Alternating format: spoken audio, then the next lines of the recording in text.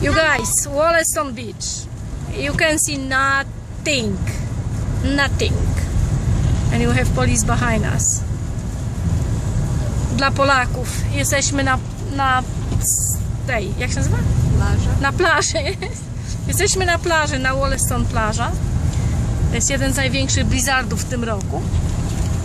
Oceanu nie widać. Policja za nami jedzie. Wait.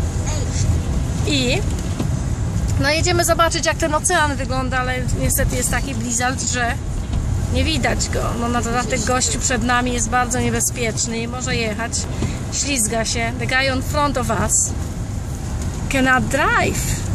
Have shit tires and it's like dangerous be behind him. So maybe I will turn off the phone. Oh, there you go. You can see a little bit.